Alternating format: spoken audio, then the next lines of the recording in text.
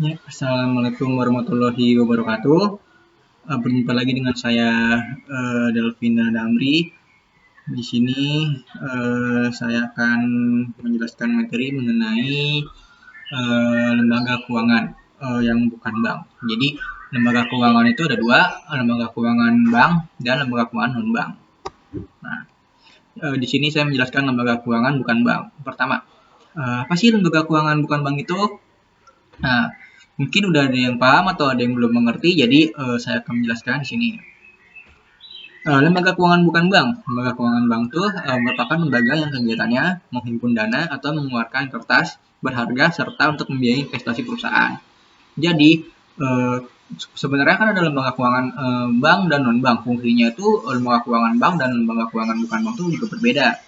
Nah, ini untuk pengertiannya sekali lagi, lembaga keuangan bukan bank merupakan lembaga yang kegiatannya menghimpun dana atau mengeluarkan kertas berharga serta untuk membiayai investasi perusahaan. Nah, untuk fungsinya, fungsi dari lembaga keuangan bukan bank adalah tiga. Pertama, memberikan pinjaman dengan menggunakan barang jaminan yang kegiatannya dilakukan oleh pegadaian. Jadi yang pertama itu adalah dia itu memberikan pinjaman dan menggunakan barang jaminan. Nah, contohnya itu adalah pegadaian. Lalu yang kedua itu ada memberikan jasa perlindungan, nah yang diperankan oleh perusahaan asuransi. Ada juga untuk menyalurkan dana kepada masyarakat yang diperankan oleh lembaga keuangan seperti leasing, pegadaian, koperasi dan lain sebagainya. Jadi fungsinya itu adalah memberikan pinjaman, memberikan jasa perlindungan, dan menyalurkan dana kepada masyarakat. Nah, itu nanti perannya digunakan oleh masing-masing dari lembaga keuangan bukan bank. Kita lanjut. Nah, ini adalah sebuah quotes untuk belajar. It's never too late to be what you might have been. Jadi, tidak pernah terlambat untuk menjadi diri sendiri. Jadi, jadilah diri sendiri dalam belajar. Jangan pernah takut, jangan pernah menyerah untuk mengerjakan tugas-tugas kalian. Seperti itu. Dan jangan pernah takut untuk bertanya kepada guru-guru kalian atau pengajar kalian. Nah, di sini ada macam-macam lembaga keuangan bukan bank. Yang pertama, saya akan jelaskan mengenai asuransi dan pegadaian. Apa sih asuransi itu? Asuransi adalah suatu sistem di mana adanya perlindungan untuk jiwa, kesehatan, properti, dan sebagainya yang akan mendapatkan pergantian dari suatu kejadian yang tidak terduga. Jadi sebenarnya adalah pada umumnya asuransi itu bisa berupa jiwa, bisa berupa kesehatan, properti, dan lain sebagainya. Nah, contohnya seperti ini. Misalnya yang kalian sudah sering dengar itu pada umumnya adalah asuransi kesehatan, misalnya BPJS. Ketika suatu saat kalian sakit, kalian ke rumah sakit, itu bisa ditanggung oleh namanya BPJS. Atau seperti ini, contohnya ada pemain bola, dia mengasuransikan kakinya. Jadi apabila dia cedera, kakinya kenapa-napa, nah dia nggak menggunakan dana pribadi lagi, dia menggunakan dana asuransi seperti itu. Atau misalnya asuransi jiwa misalnya kalian ini sudah mengasuransikan jiwa kalian dan kalian tuh posisinya berkeluarga. Maka nanti ketika kalian meninggalkan dunia ini, anak dan istri kalian akan mendapatkan asuransi seperti itu. Itu dari asuransi. Nah, kita lanjut ke pegadaian. Pegadaian adalah lembaga keuangan bukan bank yang kegiatannya menjaminkan barang-barang berharga kepada pihak tertentu dengan tujuan memperoleh sejumlah uang dan barang yang dijamin akan ditebus kembali sesuai dengan perjanjian awal. Nah, contohnya gini, pegadaian itu jadi kita menjaminkan suatu barang. Nah, lalu kita nanti tebus lagi supaya barang kita kembali seperti itu. Nah, contohnya gini, misalnya kalian mempunyai emas, kalian membutuhkan uang. Nah, kalian ke pegadaian, kalian gada itu emasnya tuh. Nah, perjanjiannya berapa lama, berapa bulan? Misalnya, kalian mendapat uang 5 juta dalam nanti akan balikin lagi selama 6 bulan. Nah, berarti di 6 bulan kemudian, misalnya sekarang bulan Januari, berarti bulan Juni kalian tuh harus mengembalikan emas tersebut, uang tersebut. Kalian harus tebus supaya nanti emas kalian tuh kembali seperti itu.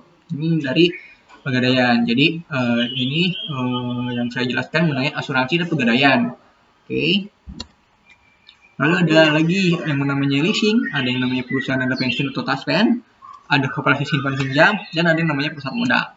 Nah, untuk leasing, lembaga keuangan bukan bank yang usahanya bergerak dalam bidang pembiayaan untuk keperluan barang modal yang diinginkan oleh pihak nasabah. Nah, contohnya seperti ini.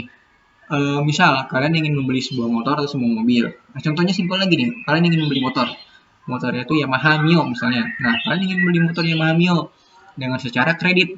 otomatis ada pihak ketiga, ada pihak kedua yaitu leasing. Jadi kalian nggak langsung bayar ke Yamaha, kalian akan disurvei dulu oleh leasing. Apabila sudah sesuai dengan keinginan kriteria si leasing tersebut, nah kalian nanti leasing itu akan melunaskannya ke kalian, leasing itu akan melunaskannya ke Yamaha. Nah kalian akan cicil secara kredit ke pihak leasing seperti itu, baik mobil, baik motor, kendaraan dan lain sebagainya. Nah lalu untuk juga ada perusahaan dana pensiun atau TASPEN. Itu adalah badan hukum yang mengelola dan menjalankan program yang menjaminkan manfaat pensiun. Nah, jadi dana pensiun itu berbeda-beda. Setiap perusahaan itu kebijakan beda-beda. Mau perusahaan swasta, mau perusahaan negeri, maupun pegawai negeri dan lain sebagainya itu berbeda-beda. Tapi jadi gini, dana pensiun itu biasanya ada yang dapat diambil langsung dan ada yang tidak dapat diambil langsung. Tergantung dari kebijakan masing-masing perusahaan. Misal kalian sudah umurnya untuk pensiun. Nah, itu perusahaan biasanya langsung sekaligus mengasih dana pensiun agar ketika kalian suatu saat sakit atau masuk rumah sakit itu semua biaya itu ditanggung oleh kalian lagi, tidak lagi ditanggung oleh perusahaan seperti itu, karena sudah dikasih secara menyeluruh atau secara langsung. Ada juga yang secara bertahap, setiap bulannya nanti dapat uang pensiun seperti itu. Lalu ada namanya selanjutnya ada yang namanya koperasi simpan pinjam, yaitu suatu wadah yang bertujuan memajukan kesejahteraan anggota pada khususnya masyarakat pada umumnya. Nah, ini ada di slide selanjutnya untuk koperasi simpan pinjam.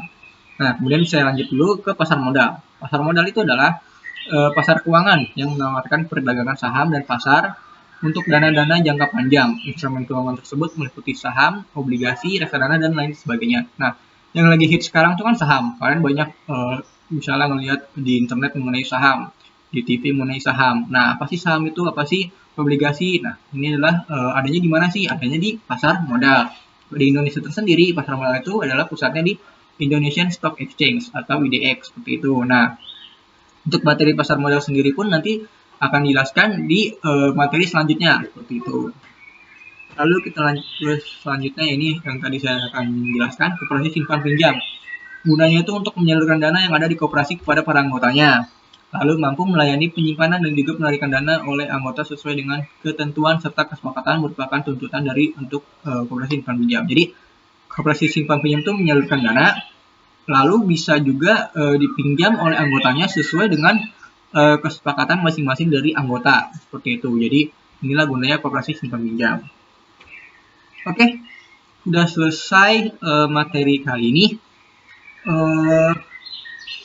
Tetap semangat belajar meskipun secara daring, tetap mengikuti mengerjakan tugas, mengerjakan ulangan, mengikuti pelajaran, itu tetap dilaksanakan.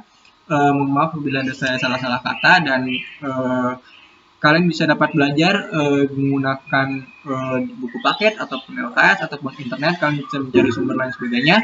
Ini yang versi saya, kurang lebihnya mohon maaf. Assalamualaikum warahmatullahi wabarakatuh.